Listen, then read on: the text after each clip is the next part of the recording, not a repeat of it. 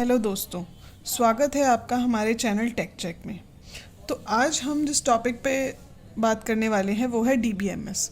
DBMS जो है वो डीबीएमएस के क्वेश्चंस मैं कहूँ तो ऑलमोस्ट हर जगह पूछे जाते हैं। सारे ही कॉम्पिटिटिव एग्जाम्स में डीबीएमएस के क्वेश्चंस आते हैं, चाहे वो गेट का हो या कोई और कॉम्पिटिटिव एग्ज़ाम हो।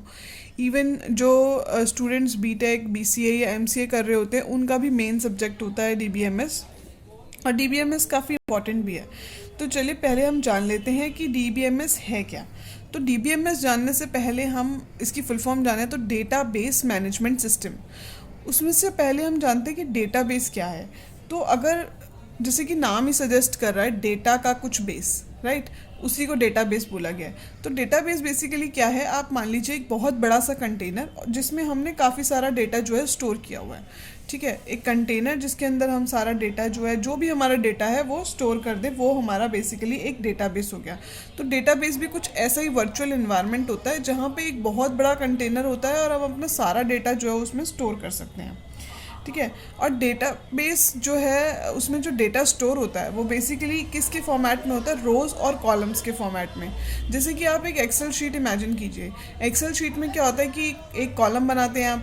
जैसे मान लीजिए आपने एक नेम का कॉलम बना लिया, एक रोल नंबर का कॉलम बना लिया, एक आपने उसका एड्रेस का कॉलम बना लिया। इस टाइप से आपने कॉलम बना लिए, और उसके अंदर आप जब डेटा एंटर करते हैं, जैसे मान लीजिए नेम में आपने एंटर किया सोनल, फिर उसके बाद आपने बेसिकली रोल नंबर में एंटर किया 1 और एड्रेस में कुछ एंटर किया, फिर सेकंड रो में दोबारा एंटर किया ABC, कोई भी नाम आपने एंटर किया और उसकी इन्फॉर्मेशन, बाकी इन्फॉर्मेशन एंटर की। तो जैसे एक्सेल में हमारा डेटा जो है सेव होता है ना रोज़ के फॉर्म्स में, रोज़ और कॉलम वाले पैटर्न में, उसी तरह से हमारा डेटाबेस में भी डेटा उसी फॉर्मेट में स्टोर होता है। जैसे एक एक्सेल शीट हो गई या एक एक्सेल की फ़ाइल हो गई, तो उस एक्सेल की फ़ाइल को अगर हम फाइल प्रोसेसिंग सिस्टम में तो एक्सेल की फ़ाइल हो गई, और अगर हम डेटाबेस की बात करें तो वही चीज़ हमारे डेटाबेस में एक टेबल होती है। ठीक है, इसके बारे में हम डिटेल में आगे जानेंगे, बट अभी के लिए आप यही समझ लीजिए कि डेटाबेस में जो डेटा स्टोर होता है वो रोज़ और कॉलम्स के फॉर्म में होता है। तो डेटाबेस में अगर अब हम डेटाबेस सिस्टम के बारे में बात करें तो यहाँ पे आप देख सकते हैं कि बेसिकली मैंने इसको 2 कॉलम्स में डिवाइड किया, एक तो डेटाबेसेस, एक डीबीएमएस, राइट। अब आप कहेंगे कि ये दोनों अलग कैसे? ये दोनों अलग नहीं है बट इंटर रिलेटेड है। डेटाबेस 2 टाइप के होते हैं, स्ट्रक्चर्ड और अनस्ट्रक्चर्ड। स्ट्रक्चर मतलब जिसका कोई एक पर्टिकुलर शेप हो, ठीक है, कि एक पर्टिकुलर स्ट्रक्चर है और जो डेटा डलेगा ना वो इसी स्ट्रक्चर में डलेगा। ठीक है, इनको कहते हैं हम RDBMS, मतलब रिलेशनल डेटाबेस। रिलेशनल, कोई रिलेशन होता है इनमें, रिलेशनल डेटाबेसेस। तो बेसिकली क्या है, स्ट्रक्चर्ड का मतलब जैसे कि मैं समझाऊं कि आपने कुछ डेफिनेशन दे दी कि मेरा जो टेबल है उसमें नेम, एड्रेस और रोल नंबर का कॉलम होगा। ठीक है, मान लो एक स्टूडेंट की टेबल है तो उसमें आपने name, address, roll number, father's name, ऐसे 4 कॉलम रख लिए, और आपने ना उनका स्ट्रक्चर डिफाइन कर दिया कि जो नेम है वो स्ट्रिंग में डलेगा, जो एड्रेस है वो भी स्ट्रिंग होगा, जो रोल नंबर है वो इंटीजर टाइप होगा, मतलब कोई नंबर होगा 1 2 3 4 टाइप्स। तो वो क्या हो गया, आपने एक स्ट्रक्चर डिफाइन कर दिया। अब आप नेम में स्ट्रिंग, क्योंकि आपने उसे बता दिया है कि नेम जो है वो ऐसे स्ट्रिंग फॉर्मेट में होगा, तो आप उस नेम में 1 2 3 4 नहीं डाल सकते, एक स्ट्रक्चर डिफाइन हो गया, तो उसको कहते हैं RDBMS, relational database. Unstructured data जो होता है वो बेसिकली आप किसी भी फॉर्मेट में डेटा स्टोर कीजिए। जैसे अगर आपने MongoDB का नाम सुना हो तो वहाँ पे हम अनस्ट्रक्चर्ड डेटा भी स्टोर कर सकते हैं। वहाँ पे कोई ज़रूरी नहीं, आप एक स्कीमा, एक स्ट्रक्चर डिफाइन कर सकते हैं वहाँ पे, बट वहाँ पे आपके पास ऑप्शन होता है कि आप ना भी डिफाइन करें तो आप कुछ भी स्टोर कर सकते हैं। वहाँ पे आप अगर एक अनस्ट्रक्चर्ड डेटा आपने बनाया है तो आप नेम में कोई भी वैल्यू डाल सकते हैं, चाहे आप 1 2 3 डालो, चाहे आप सोनल या कुछ भी ABCD कुछ भी नेम डालो, तो उसमें कोई रिस्ट्रिक्शन नहीं होती। तो वो हमारा अनस्ट्रक्चर्ड डेटा होता है। इन सब के बारे में डिटेल में हम आगे बात करेंगे।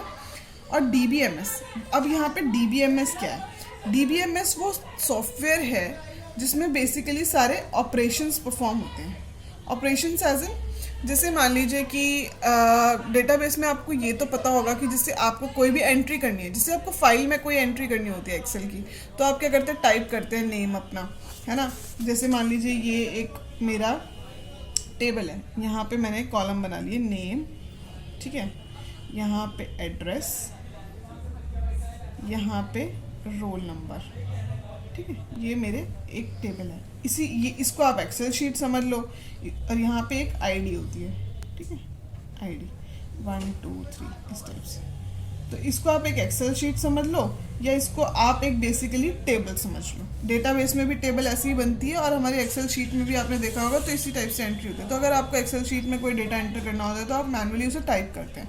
सिमिलरली डेटाबेस में भी कुछ ऑपरेशंस होते हैं जिससे हम जो है डेटा इस टेबल में इंसर्ट कर सकें। तो वो ऑपरेशंस कौन मैनेज करता है? ये डीबीएमएस मतलब कुछ सॉफ्टवेयर्स ऐसे बने हुए हैं जो इन चीज़ों को समझते हैं। जैसे यहाँ पे ऑपरेशंस किस टाइप के होते हैं? इंसर्ट ऑपरेशन हो गया, अपडेट हो गया, ठीक है, डिलीट हो गया।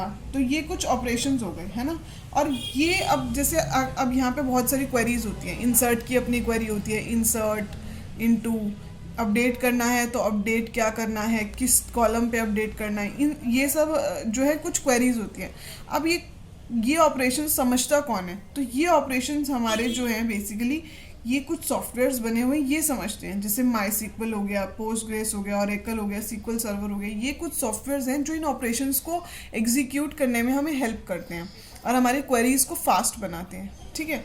तो ये तो एक ब्रॉड आइडिया हो गया डेटाबेस मैनेजमेंट सिस्टम का, ठीक है। तो इसलिए हमें डेटाबेस रिक्वायर्ड है। अब पहली बात ये क्वेश्चन आता है कि डीबीएमएस क्यों, क्या ज़रूरत पड़ी हमें कि हमारे को डेटाबेस इंट्रोड्यूस करने पड़े। आज से बहुत पहले अगर हम जाएं, काफ़ी टाइम पहले जाएं, तो डेटाबेस की इतनी कोई सब्जेक्ट की इम्पोर्टेंस नहीं थी। डेटाबेसेस भी बहुत कम थे, और इनका मतलब ऐसे बहुत ज़्यादा एक्सपोजर भी नहीं था। तो पहले लोग ना फाइल सिस्टम पे ही काम करते थे, फाइल्स में डेटा स्टोर करते थे, मल्टीपल फाइल्स बना लेते थे कि मान लो एक कस्टमर की फ़ाइल है, फिर उसके ऑर्डर्स की फ़ाइल है, फिर उसकी बेसिक डिटेल्स की फ़ाइल है, ठीक है। ऐसे बहुत सारी फाइल्स बना के रखते थे। तो उन फाइल सिस्टम में काफ़ी सारी प्रॉब्लम्स आने लगी, क्योंकि डेटा बहुत ज़्यादा होता है। आज के टाइम पे तो आप देखो कि डेटा ही सब कुछ है ना। और डेटा के छोटी से छोटी कंपनी भी डेटाबेस यूज़ करती है, और बहुत बड़ी जो एमएनसीज होती हैं वो सब डेटाबेस यूज़ कर रही हैं। तो फिर ये क्वेश्चन आता है कि डीबीएमएस की ज़रूरत कैसे पड़ी। तो फाइल सिस्टम की ना अपने आप में बहुत सारे ड्रॉबैक्स थे। उन सब ड्रॉबैक्स को ओवरकम करने के लिए, फाइल प्रोसेसिंग सिस्टम के ड्रॉबैक्स को ओवरकम करने के लिए डेटाबेसेस इंट्रोड्यूस हुए। तो जैसे हमारे फाइल्स में ऐसे रोज़ और कॉलम्स के बेसिस पे डेटा रखा होता था, उसी तरह से हमने जो है बेसिकली ये सारा डेटा जो है इंसर्ट करना शुरू कर दिया हमारे टेबल्स में। टेबल्स, वो फाइल्स जो है बेसिकली टेबल बन गई। जैसे आपके पास एक कस्टमर की फाइल है, तो आप एक कस्टमर की टेबल बना रहे हो, उसमें जो भी आपके कॉलम्स है वही सेम कॉलम्स जो हैं आपके जो है डेटाबेस में भी वही सेम कॉलम्स आप ऐड कर देंगे जो कि आपके फाइल में, ठीक है। बाय इंसर्ट ऑपरेशन जो है हम वही सेम कॉलम्स जो है ऐड कर देंगे।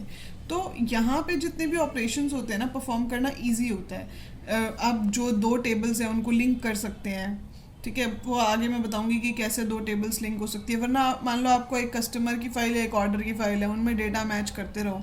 यहाँ पे क्या होता है, बेसिकली दो टेबल्स हैं, उनके बीच में एक रिलेशनशिप इस्टेब्लिश करके हम उस कस्टमर के सारे ऑर्डर्स ईजिली निकाल सकते हैं।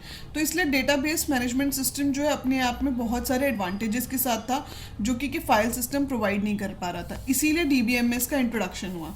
और फाइल्स को मैनेज करना भी काफ़ी डिफ़िकल्ट था, और प्लस वो सिक्योर भी नहीं थे, है ना।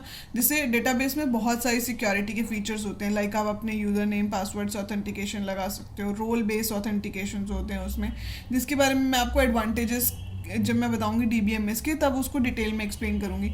तो वो सारी चीज़ें जो है हमारे को फाइल सिस्टम नहीं दे पा रहा था। प्लस बहुत ज़्यादा डेटा जब स्टोर करना होता था तो फाइल सिस्टम बिल्कुल ही फेल हो जाता था, क्योंकि हमारे को वो फाइल्स क्रिएट करना, मैनेज करना बहुत डिफ़िकल्ट हो रहा था।